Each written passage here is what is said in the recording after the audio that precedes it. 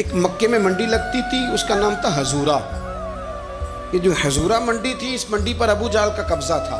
آج کل تو نہیں قبضہ ہوتا منڈیوں پر کسی کا، حضورہ نامی منڈی پہ نا ابو جہل کا قبضہ تھا۔ اونٹ بڑے خوبصورت تھے، شاندار تھے۔ اس نے کہا میں نے بولی دینی۔ ابو جہل نے اعلان کیا خبردار کوئی بولی نہ دے۔ بڑی دور تھا قبیلہ زبید، وہ آدمی واپس لے جا نہیں سکتا تھا، مجبور ہو گیا۔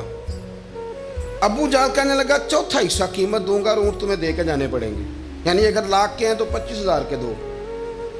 بندہ بڑا پریشان ہوا، چودھریوں سے بات کی تو کہنے لگے بدماش بڑا ہے، ہم شریف لوگ ہیں، شریف اور بزدل میں، بزدلی کو شرافت کا نام نہ دو، پکی بات کر رہا ہوں، شریف اور بزدل میں شریف ضرور بنو پر بزدل نہ بنو۔ جی ہم جی شریف لوگ ہیں جی، وہ کیا مطلب؟ کوئی پاس نہ آیا، وہ بیچارہ نہ کونے میں بیٹھ کے رونے لگ گیا، کہنے لگا میں کدھر جاؤں یارو، میں واپس بھی نہیں لے جا سکتا، اور چوتھے حصے میں دے کیسے جاؤں، اتنا نقصان۔ وہ رو رہا تھا تو کہیں حضرت زید بن ارقم نے سن لیا۔ آپ فرمانے لگے کیوں روتا ہے؟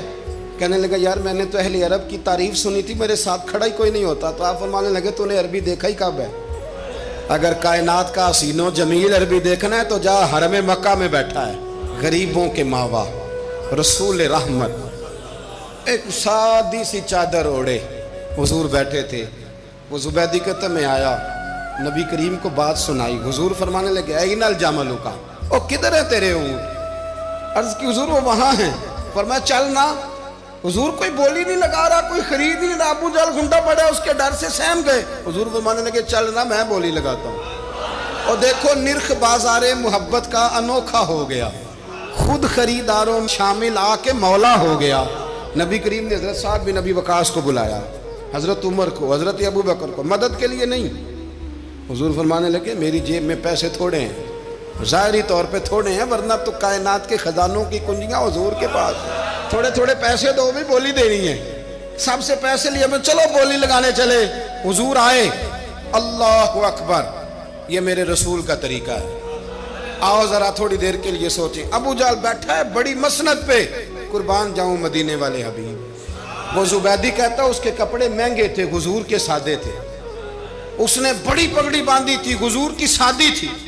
کہتے ہیں وہ آنکھیں اٹھا کے بات کرتا، مدینے والے نبی آنکھیں جھکا کے بات کرتے۔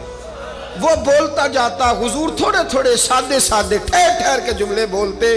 کہتے ہیں نبی کریم علیہ السلام اس کے ساتھ آ کے حضور بیٹھ گئے اور فرماتے ہیں میرے رسول کریم نے اپنا جبہ سیدھا کیا، پگڑی کو حضور نے سیدھا کیا اور فرمایا چل لگا بھائی بولی۔ ایک اس نے لفظ بولے، پھر حضرت ابو بکر نے بولی دی، پھر حضرت عمر نے دی، پھر سعد بن ابی وقاص نے دی، پھر زید بن ارقم نے دی، پھر رسول کریم نے دی۔ وہ کہتا ہے جتنے میں بیچنا چاہتا تھا نبی پاک نے ڈبل میں میرے اونٹ خریدے۔ رسول کریم صلی اللہ علیہ وسلم نے نا خریدا مال، اور حضور سید عالم وہاں سے نکلے، اور نکلتے وقت حضور فرمانے لگے ابو جہل تیری آج شکایت آئی ہے، آج کے بعد نہ آئے، مکہ سارا اس کے ساتھ ہے، حضور کی مخالفت ہو رہی ہے، 40 لوگ ہیں صرف کلمہ پڑھتے۔ فرمایا آج کے بعد تیری شکایت نہ آئے۔ کہنے لگا جی بالکل نہیں آئے گی، میں آپ کو موقع نہیں دوں گا۔ حضور چلے گئے تو پیچھے سارے کافر اس کے گرد اکٹھے ہو گئے، کہنے لگے ہم پہ تو بڑا روب ڈالتا ہے، اب تجھے کیا ہوا، پانی پانی ہو گیا، تم کیا کون سا سانپ سونگ گیا، بولا ہی نہیں۔ کہنے لگا مجھے لات و منات کی قسم، جب مصطفیٰ کریم میرے پاس آئے تو ان کے ساتھ ایسی ایسی طاقتیں تھیں، نیزے تھے، برچیاں تھیں، بھالے تھے، مجھے لگتا تھا میں نے سی کی تو میرے ٹکڑے ٹکڑے کر دیں۔ کہنے لگا جا پاگل ہو گیا، ان کے پاس تو چھڑی بھی کوئی نہیں تھی، وہ تو خالی ہاتھ ہیں، بکواس کرتا ہے، کچھ بھی نہیں تھا۔